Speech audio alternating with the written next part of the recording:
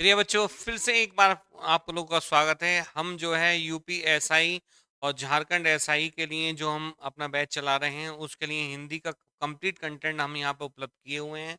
तो हमने जो है अलंकार टॉपिक स्टार्ट किया था। उस अलंकार में हमने अनुप्रास अलंकार, अनुप्रास के पांचों प्रकार और दूसरा यमक अलंकार को हमने पढ़ लिया था। अगली वीडियो में हम जो है उसके बाद के अलंकारों पर चर्चा करेंगे। तो शब्द अलंकार को अभी एक्सप्लेन कर रहे हैं हम, तो उस पर बात करेंगे और साथ ही अर्थ अलंकार पे बात हम करेंगे।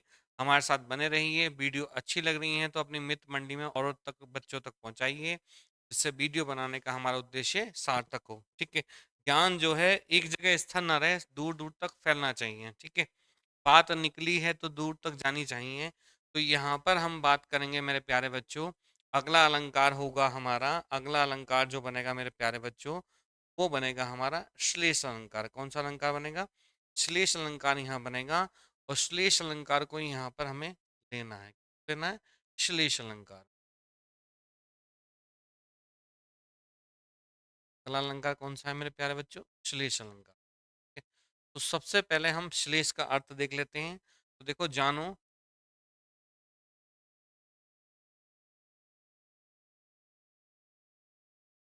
श्लेष का अर्थ होता है चिपक।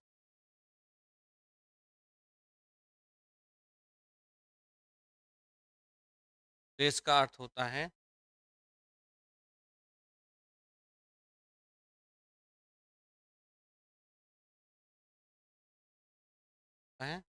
चिपकना, इसका अर्थ होता है।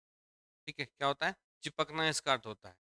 परिभाषा की बात करें हम, परिभाषा की इसकी बात करें हम, ठीक है, परिभाषा की बात करें, जहां पंक्ति में, जहां पंक्ति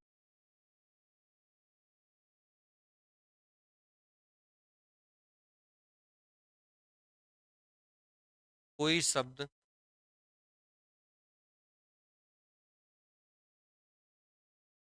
एक बार आए,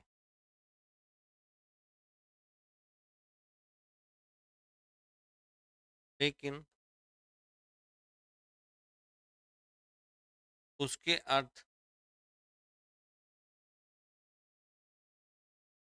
उसके अर्थ बार बार भिन्न, बार बार भिन्न हो,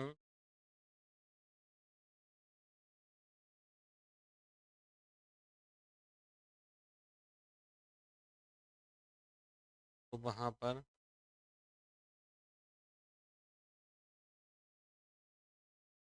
श्लेष अलंकार होता है। वहां पर मेरे प्यारे बच्चे क्या होता है? श्लेष अलंकार।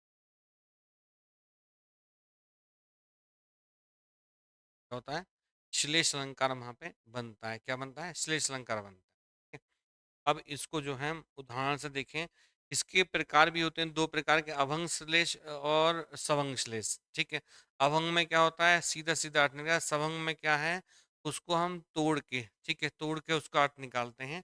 तो प्रकार यहाँ पर नहीं पूछता है। 12th लेवल तक का आपसे स्टैंडर्ड से पूछा जाता है, डेप्थ में उसमें नहीं पूछा जाता है, तो उसको पढ़ने की हमें आवश्यकता नहीं है। अब इसको थोड़ा सा हम यहाँ पर जान लेते हैं कि श्लेष अलंकार का उदाहरण इसके माध्यम से जानेंगे। ठीक है। तो पहला उदाहरण यहाँ पर कह रहा है हमारा, पहला उदाहरण कह रहा है हमारा, लिख रहे हैं, मंगन को देखकर बहुत पूछाता है। मंगन को देखकर पट देत बार बार।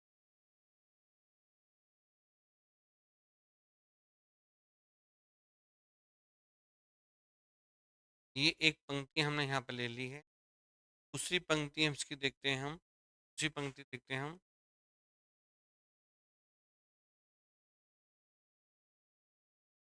चरण धरत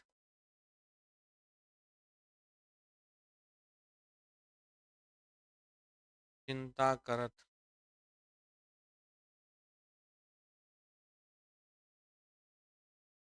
श्री चितवत चहु,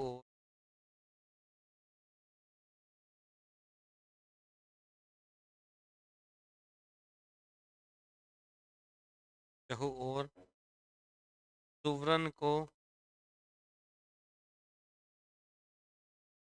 खोजत फिरत।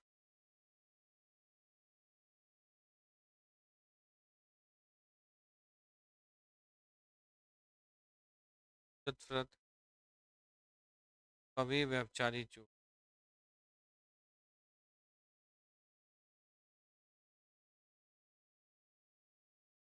चारी।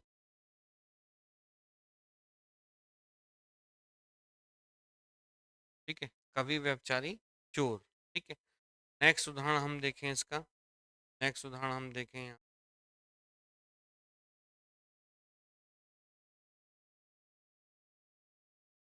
उदाहरण हो गए, तीसरा उदाहरण और देखते हैं। तीसरा उदाहरण देखते हैं।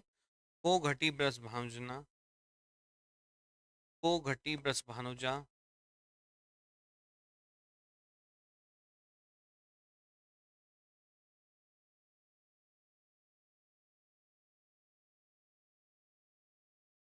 हलदर के वीर।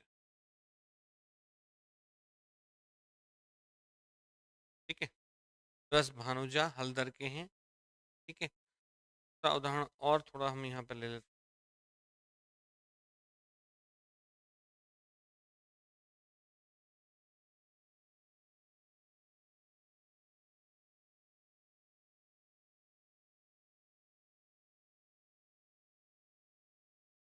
और उदाहरण यहाँ पर देख लेते हैं। बलिहारी।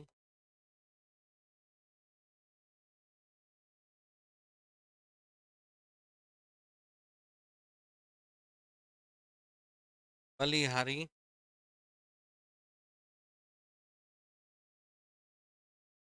निरप।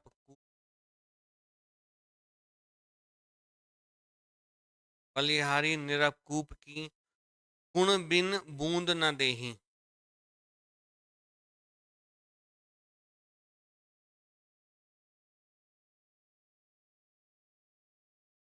गुण बिन। गुण बिन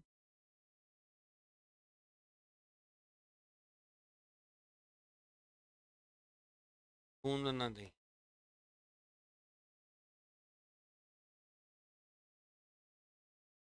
गुण बिन बूंद न देही। ठीक है बच्चों, ये हमने यहाँ पर पढ़ लिया, लिख लिया। अब इसके अर्थ को समझ। ठीक है, अर्थ को समझना है। और अर्थ को जब हम समझेंगे तभी हम इसके भाव को समझ पाएंगे कि ये अलंकार कहना क्या चाह रहा है हमसे, क्या इसकी विशेषता है, क्या इसका आधार है। इसके हम अर्थ को थोड़ा सा यहाँ जान लेते हैं, अच्छे से देखते हैं और देखते हैं। देखो, पहली पंक्ति यहाँ पर हमसे मेरे प्यारे बच्चों कह रही है, क्या कह रही है हमसे? पहली पंक्ति हमसे क्या कह रही है कि मंगन को देखकर पट देत बार बार। मंगन को देखकर पट देत बार बार। तो देखो, इसमें कोई शब्द ऐसा दिख रहा है जिसके एक से ज्यादा अर्थ निकल कर आ रहे हैं। तो यहाँ पर क्या है? पट शब्द है। क्या है? पट शब्द है। इसके दो अर्थ निकल कर आ रहे हैं। एक तो आ रहा है वस्त्र, एक आ रहा है बच्चों। ठीक है? मांगने वाले को देखकर बहुत से लोग तो अपने वस्त्र भी बार बार दान कर देते हैं। मांगने वाले को देखकर बहुत से लोग तो अपने वस्त्र भी बार बार दान कर देते हैं। और मांगने वाले को देखकर बहुत से लोग ने पट मतलब किवाड़ भी बार बार बंद कर लेते हैं। कहते हैं ना, सुना होगा, देखा हो तुमने कि चल चल आगे बढ़। ठीक है, सुना हुआ देखा होगा। तो ये यहाँ पर जो है हमारा क्या बनेगा? हमारा अभंग, मतलब इसको बिना तोड़े अर्थ निकल रहा है तो ये क्या बन जाएगा? अभंग हमारा श्लेष बन जाएगा। ठीक है, दूसरा देखें कि चरण धरत चिंता करत फ्री चितवत चहु और सुवरन को खोजत फिरत कभी व्यवचाई चोर। तो यहाँ पर मेरे प्यारे बच्चों जो अर्थ निकल कर आ रहा है वो ये सुवरन शब्द निकल आ रहा है। क्या सुवरन शब्द निकल कर आ रहा है? और किसके लिए? कवि के, व्यभिचारी के और चोर के लिए आ रहा है। तो इस सुवरन शब्द को मैं यहाँ पे थोड़ा सा एक्सप्लेन कर देता हूँ। ये सुवरन शब्द जो, ठीक है, किसके? कवि के, व्यभिचारी के और चोर के संदर्भ में। कवि, व्यभिचारी और चोर के संदर्भ। ठीक है, एक एक को यहाँ पे देख लेते हैं। अर्थ तो यहाँ पर क्लियर उसका कर लेंगे।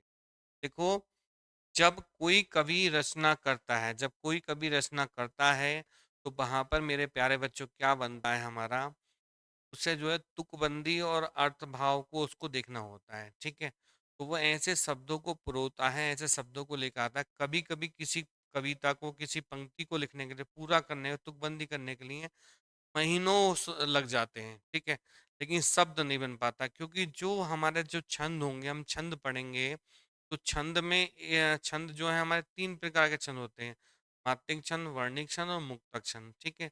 सबसे कठिन जो होता है बच्चों, वो मात्रिक छंद होता है, क्योंकि उसमें जो है पूरी मात्राओं के क्रम को बनाया जाता है, ठीक है? उससे कम जो होता है हमारा वर्णिक छंद होता है, ठीक है? वर्णिक के बाद में हमारा क्या होता है, फिर मुक्तक छंद होता है, वो सबसे ईज़ी होता है। वर्तमान में इस समय जो भी कवि मोस्टली रचनाएँ जो कर रहे हैं, वो वर्णिक छंद के सॉरी मुक्तक छंद के अंतर्गत रचना वो कर रहे हैं, क्योंकि देखा होगा कोई पंक्ति तो बहुत बड़ी हो जाती है और कोई पंक्ति बहुत छोटी हो जाती है। जैसे मैं कहूँ आपसे कि बह तोड़ती पत्थर, ठीक है? बह तोड़ती पत्थर एक पंक्ति हो गई। देखा मैंने उसे इलाहाबाद के पथ पर, बह तोड़ती पत्थर, एक पंक्ति बड़ी, एक छोटी। तो ये मुक्तक छंद के अंतर्गत भाव उसमें रहेगा। तो यहाँ पर जो कवि शब्द का जो अर्थ निकल कर आ रहा है, कवि का जो निकल कर आ रहा है, सुवर्ण शब्द का जो अर्थ निकला है कवि के संदर्भ में, तो वो क्या आ रहा है, सुंदर वर्ण। क्या आ रहा है, सुंदर वर्ण, ठीक है? अच्छे वर्णों की तलाश के लिए वो चारों दिशाओं में भटकता रहता है, चारों दिशाओं में भटकता रहता है। व्यभिचारी के लिए जो सुवर्ण शब्द का अर्थ आ रहा है, वो आ रहा है सुंदर स्त्री। क्या है, सुवर्ण मतलब अच्छे वर्ण वाली स्त्री, दैट मीन सुंदर स्त्री। और यहाँ पर जो चोर के लिए सुवर्ण शब्द का अर्थ आ रहा है, क्या आ रहा है बेटा, सोना, धातु वाला सोना, स्लीपिंग वाला नहीं, सोना धातु वाला, ठीक है? तो देखो, व्यभिचारी को भी चारों दिशाओं में भटकने के लिए, व्यभिचारी को भी चारों दिशाओं में भटकने के लिए जो सुंदर स्त्री के चारों दिशाओं में भटकना पड़ता है, और चोर को भी जो है चारों दिशाओं के लिए बराबर भटकना पड़ता है। तो ये थोड़ा सा इसका भाव है। यहाँ पर हम बिना तोड़े इसका अर्थ निकालने हैं, तो यहाँ पर क्या बनेगा, सभंग श्लेष अलंकार यहाँ बनेगा, ठीक है? सभंग श्लेष अलंकार यहाँ बन जाएगा। दूसरा हम देखें कि को घटी ब्रस भांजुना हलदर के हैं वीर, ठीक है? तो को घटी ब्रस भांजा हलदर के हैं वीर, सॉरी सबंग नहीं, अभंग अलंकार बनेगा, अभंग श्लेष अलंकार बनेगा यहाँ पर।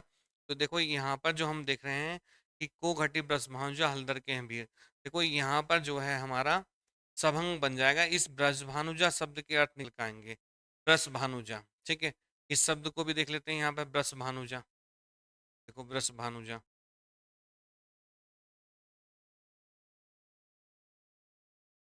ब्रस भानुजा शब्द बड़ी प्रसिद्ध पंक्ति है। ब्रस, वृषभ, ठीक है, अनुजा, दीर्घ संधि बननी है, तो वृषभ जो हो गया हमारा, क्या हो गया, बैल, ठीक है? बैल की बहन कौन हो गई, गाय। और वृष, वृष भानुजा, वृष भानु जी की पुत्री, वृष भानु जी की पुत्री कौन हो गई, राधा। वृष भानु जी की पुत्री कौन हो गई, राधा हो गई। तो यहाँ पर ये क्या बनेगा बच्चों, सभंग श्लेष बनेगा। और ऊपर वाले में क्या बनना है हमारा, अभंग, मतलब उसको तोड़ नहीं रहे हैं हम, ठीक है? जहाँ तोड़ फोड़ करके अर्थ निकले तो सभंग होता है, और जहाँ बिना तोड़े अर्थ निकले तो क्या बनता है, वो अभंग यहाँ पर हमारा बनता है, ठीक है? तो यहाँ पर जो है देखो, को घटी ब्रह्मांड जो हलदर के हैं भी। दूसरा है, बलिहारी नृप कूप की गुण बिन बूंद न देही, ठीक है? तो यहाँ पर जो है दो लोगों के संदर्भ में अर्थ निकल कर आ रहा है, किस गुण शब्द का, ठीक है? किसके, नृप के, नृप मतलब राजा के, ठीक है? तो कूप मतलब होता है कुआं, ठीक है? कूप मीन्स होता है कुआं। तो राजा के लिए क्या है, राजा के लिए जो भाव निकल कर आ रहा है, वो क्या निकल कर आ रहा है, राजा जो है, ठीक है, राजा के लिए क्या निकल कर आ रहा है, अर्थ जो निकल कर आ रहा है, वो निकल कर आ रहा है, राजा के लिए निकल कर आ रहा है बेटा योग्यता, ठीक है? और कुएं के लिए निकल कर आ रहा है रस्सी, ठीक है? बलिहारी नृप कूप की गुण बिन बूंद न देही। अगर आपके अंदर योग्यता नहीं है तो राजा आपको कुछ नहीं देगा, और कुएं में भी अगर रस्सी नहीं होगी तो एक बूंद पानी भी आपको नहीं देगा, ठीक है? तो ये यहाँ पर हमने श्लेष अलंकार को जाना। श्लेष अलंकार के बाद में फिर हम अगले जो अलंकार की तरफ चलेंगे, वो वक्रोक्ति अलंकार की तरफ चलेंगे। ये बहुत ही महत्वपूर्ण उदाहरण है, जो विगत परीक्षाओं में आपसे पूछे आते हैं और बार बार रिपीट भी यहाँ पर होते हैं। ठीक है मेरे प्यारे बच्चों, आगे हम बढ़ते हैं, आगे समझते हैं। फिर अगला जो अलंकार बनेगा हमारा, वो बनेगा मेरे प्यारे बच्चों वक्रोक्ति अलंकार। कौन सा बनेगा? वक्रोक्ति अलंकार।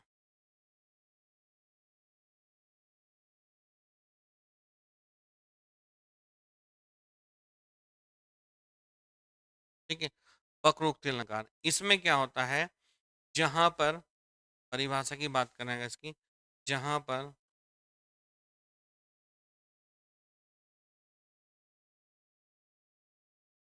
कर्ण से कहने पर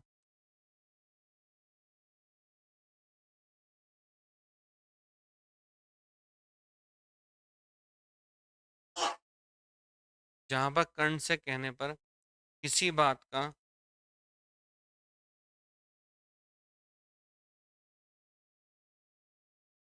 टेढ़ा अर्थ निकले,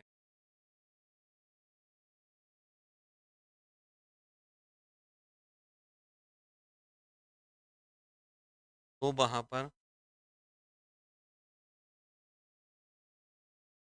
तो वहां पर वक्रोक्ति अलंकार होता है। कौन सा अलंकार होता है मेरे प्यारे बच्चों?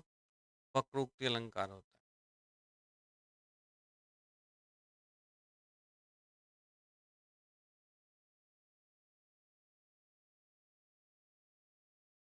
ठीक है, और ये वक्रोक्ति जो शब्द है बेटा, ये दो शब्दों से मिलकर बना हुआ, वक्र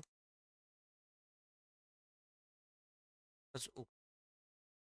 वक्र का मतलब होता है टेढ़ा, और उक्ति का जो अर्थ होता है वो होता है कथन। ठीक है, और इस शब्द में जो संधि बन रही है, हमारी संधि जो बन रही है वो बनी है संधि है। ये पूछ पूर्ण संधि इसमें यहाँ पर वक्रोक्ति शब्द में बन नहीं है। इस वक्रोक्ति संधि कौन सी बन रही है? पूर्ण संधि मेरे प्यारे बच्चों बन नहीं है। अब इसके उदाहरणों को यहाँ पर देख लेते हैं, हम उदाहरणों को यहाँ पर देख लेते हैं, उदाहरणों को यहाँ पे समझ लेते हैं। ठीक है, जैसे मैंने पहला उदाहरण लिखा, कौन हो तुम,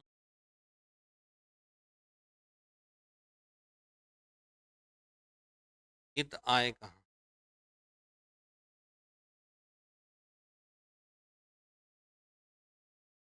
इत आए कहाँ, तो मिला घनश्याम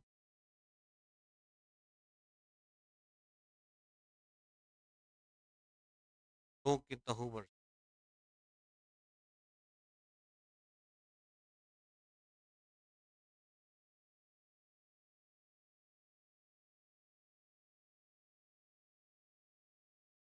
कितहु वर्षों, ये पंक्ति यहाँ पर हो रही है हमारी। दूसरे उदाहरण को फिर हम यहाँ पर लिख, फिर दूसरे उदाहरण को लिखते हैं, एक कबूतर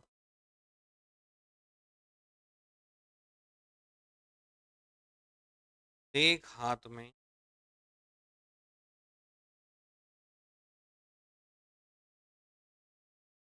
अच्छा कहाँ अपर है।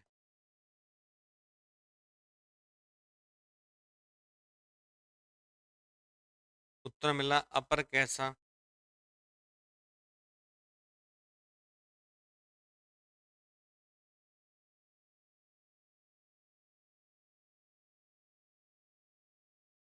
वह उड़ गया सपर।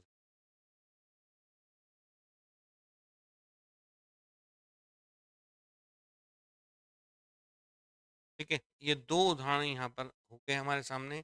इन दोनों उदाहरण को अर्थ को यहाँ समझ, देखो वक्रोक्ति अलंकार में प्यारे बच्चों क्या होता है, जहां पर कर्ण से कहने पर किसी बात का टेढ़ा अर्थ निकलता है, तो वहां पर क्या बनता है हमारा? वक्रोक्ति अलंकार बनता है। जहां पर कर्ण से कहने पर किसी बात का टेढ़ा अर्थ निकलेगा, वहां पर आपका क्या बनेगा? वक्रोक्ति अलंकार बनेगा। ठीक है, अब यहाँ पर क्या है, वक्रोक्ति शब्द में गुण संकेत ध्यान रखना, वक्र धन उक्त शब्द से बना है। वक्र का अर्थ होता है टेढ़ा, उक्ति का अर्थ होता है कथन। ठीक है, इतनी बात समझ ली। अब यहाँ पर उदाहरण लिखा है, कौन हो तुम, आए कहाँ, फिर उत्तर मिला घनश्याम तो कितहु वर्षों। यहाँ समझते हैं। एक बार श्री कृष्ण भगवान जो है राधा जी के घर पे गए। कहाँ गए बच्चों? राधा जी के घर पे गए।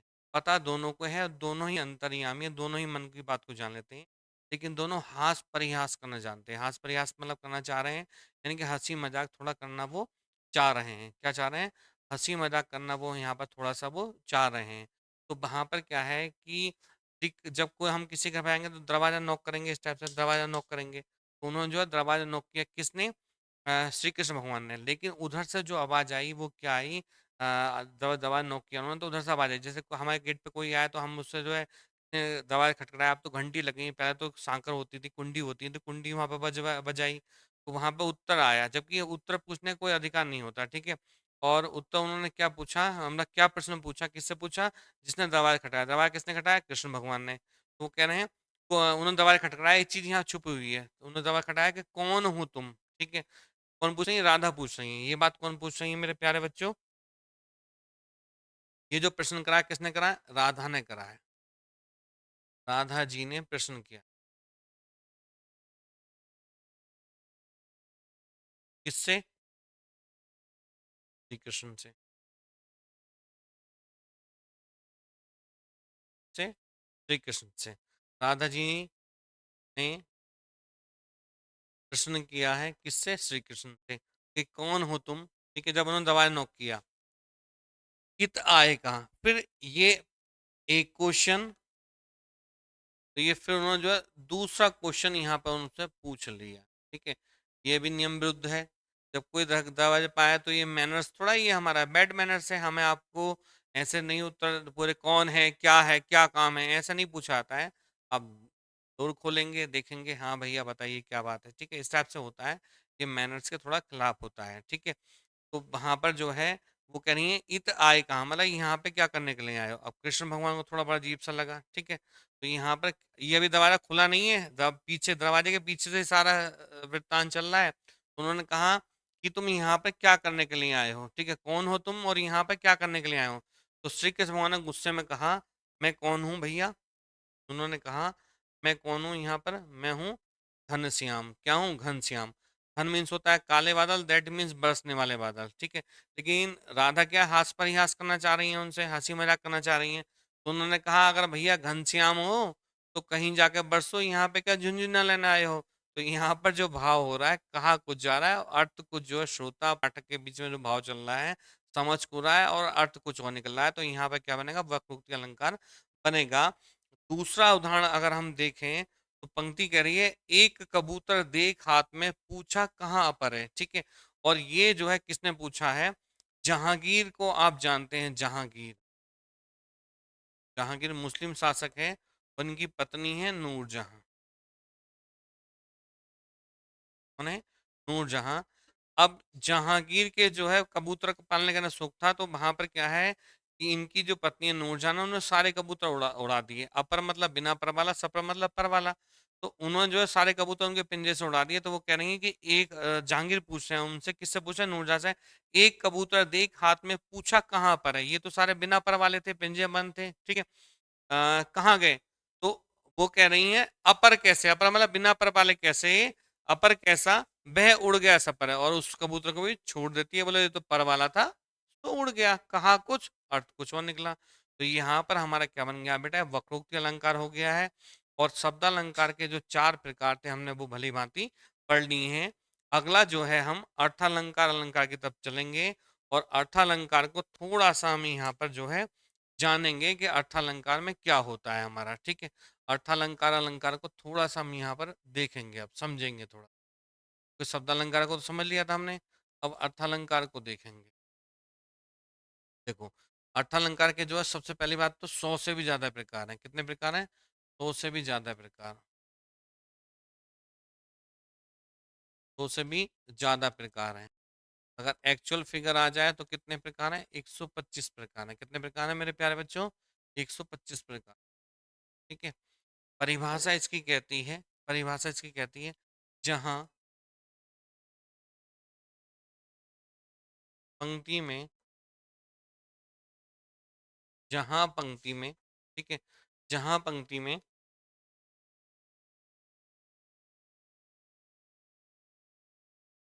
अर्थ के माध्यम से,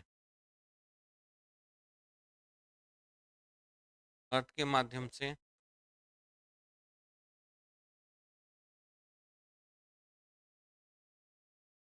सरलता का अर्थ के माध्यम से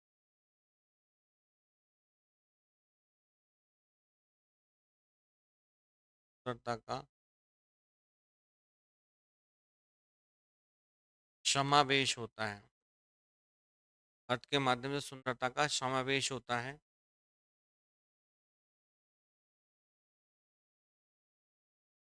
तो वहां पर तो वहां पर अर्थालंकार होता है। यहाँ पर क्या होता है मेरे प्यारे बच्चों? अर्थालंकार होता है।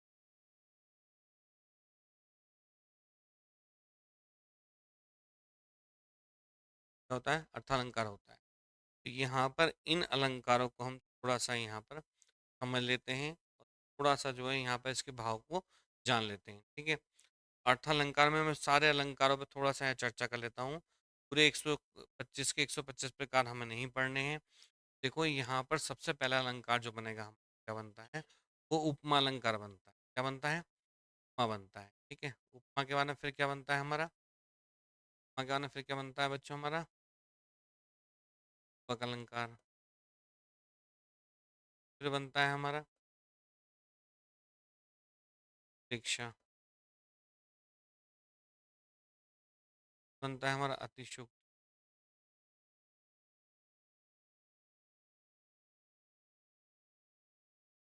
ठीक है। बनना है हमारा अन्य।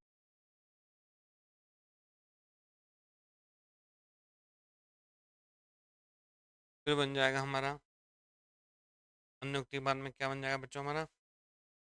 मानवीकरण।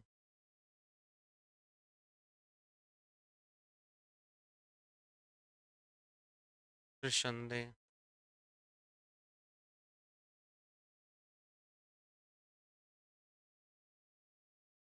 फिर भ्रांति मान।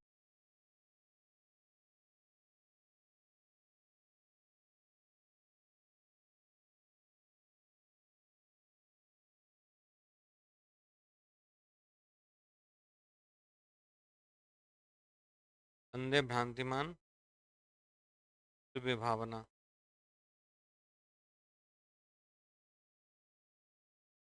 फिर बनेगा हमारा विरोधाभास।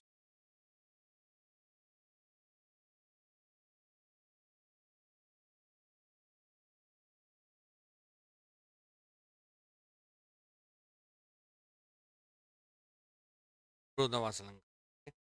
ये अलंकार यहाँ पर हमारे बन गए। इन अलंकारों को थोड़ा सा हमें यहाँ एक एक अलंकार को थोड़ा सा हमें जो है भी समझना है अच्छे से। देखो, इस अलंकार को समझने के लिए कंपटीशन की बात हो तो कंपटीशन के अकॉर्डिंग ही हम बात करेंगे।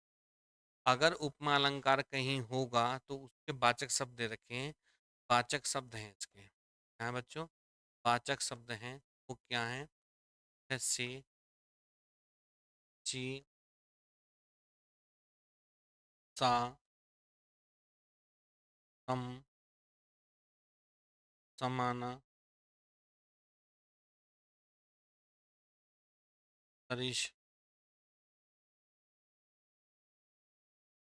और शो।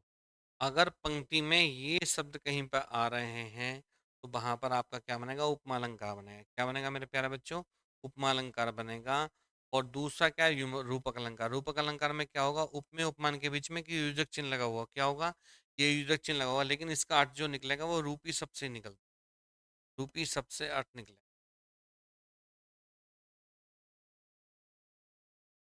ये शब्द से अर्थ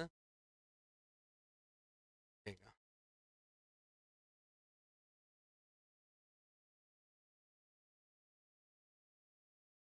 ठीक है। फिर बनेगा हमारा उत्प्रेक्षा अलंकार। क्या बनेगा? उत्प्रेक्षा अलंकार।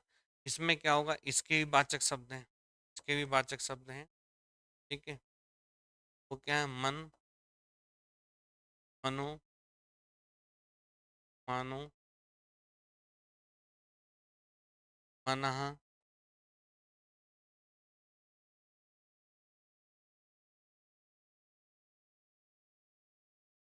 मनहु, जन, जनो, जानो आदि। ठीक है। अगर पंक्ति में कहीं पे ये शब्द आ रहे हैं, वाचक शब्द आ रहे हैं, वहां पर क्या होगा बेटा हमारा? वहां पर क्या होगा मेरे बेटा? यहाँ पर हमारा क्या होगा?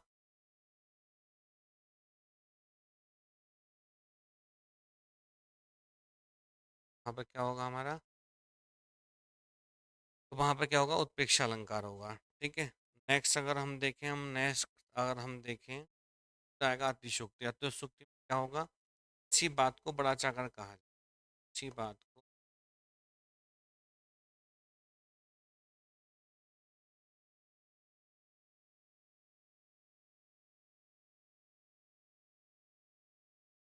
बड़ा चढ़ाकर कहते हैं।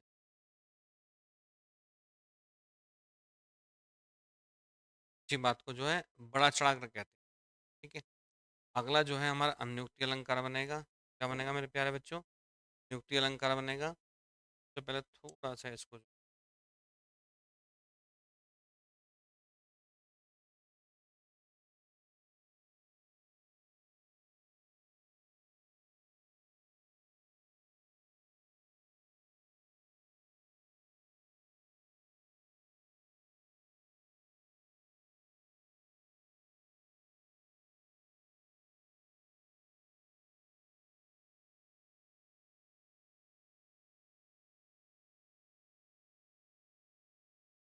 नियुक्ति अलंकार, इसमें क्या होगा? नियुक्ति अलंकार में क्या होता है मेरे प्यारे बच्चों? नियुक्ति अलंकार में प्रत्यक्ष के माध्यम से,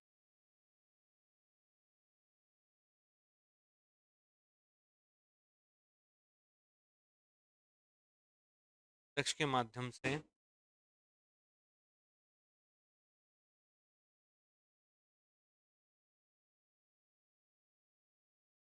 एक प्रत्यक्ष पर कटाक्ष किया जाता है।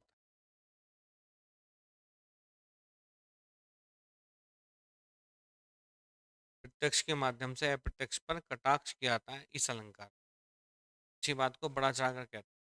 ठीक है। युक्ति में किसी बात को बड़ा चढ़ा कहते हैं। और एक बात अगर मैं यहाँ पर लिख दूं, सीधा आप समझ सकते हैं यहाँ पर, सफेद झूठ किस में आएगा? वो सफेद झूठ, सफेद झूठ जो होगा किस में आएगा? वो अतिशोक्ति अलंकार में होगा। मानविक अलंकार में क्या होता है मेरे प्यारे बच्चों? प्रकृति को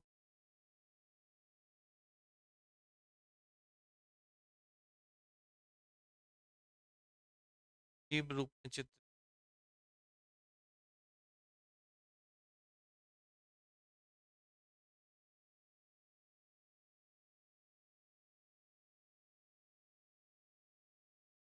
कर देते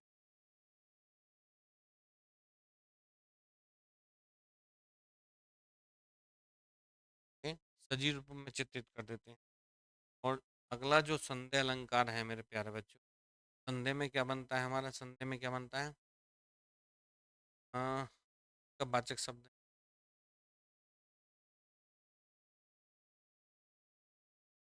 कि, क्या, व,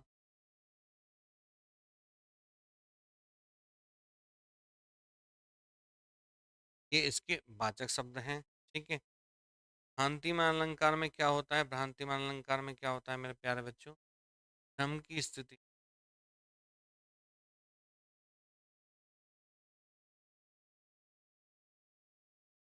भ्रम की स्थिति कार्य हो जाता है।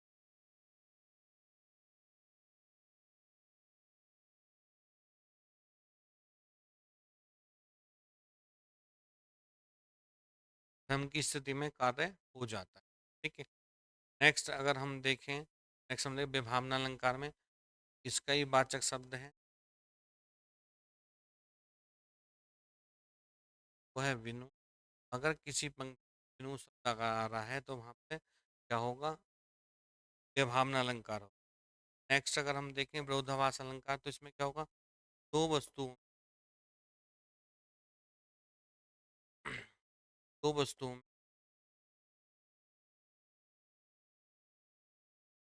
विरोध ना होने पर भी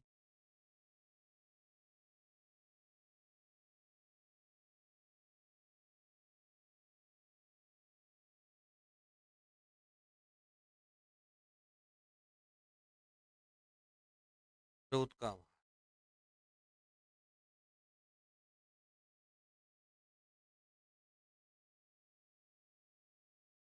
ठीक है, ये अलंकार संबंधित, अर्थालंकार संबंधित महत्वपूर्ण पॉइंट्स हैं। इन पॉइंट्स को आप नोट करना है।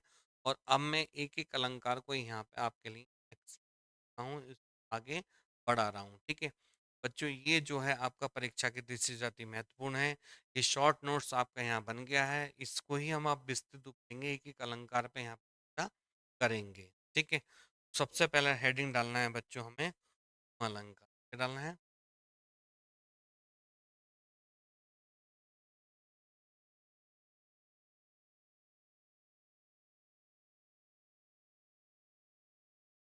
अलंकार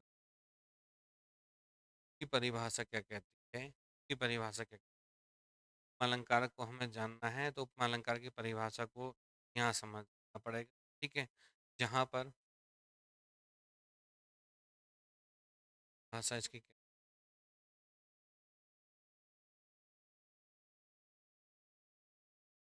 यहाँ पर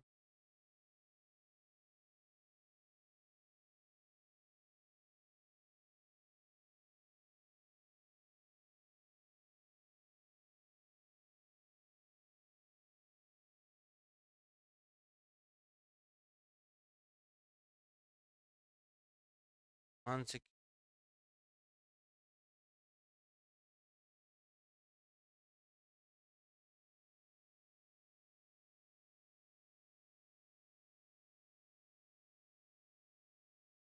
वहाँ पर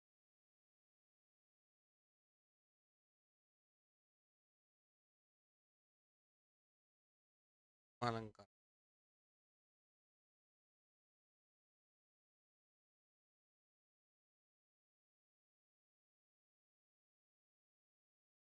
क्या होता है, वहाँ पर उपमा अलंकार होता है। ठीक है, अब यहाँ पर एक चीज और यहाँ समझ लेते हैं कि यहाँ पर उपमेय की तुलना उपमान से। ठीक है, उपमेय और उपमान को थोड़ा यहाँ पर समझ लेते हैं, उपमेय क्या होता है। देखो पहले हम देखते हैं उपमेय क्या होता है,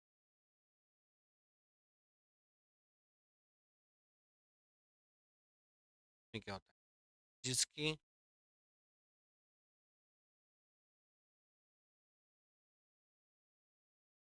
तुलना की जाए, जिसकी तुलना की जाए वो क्या होता है, उपमेय होता है। फिर हम बात करेंगे उपमान क्या होता है,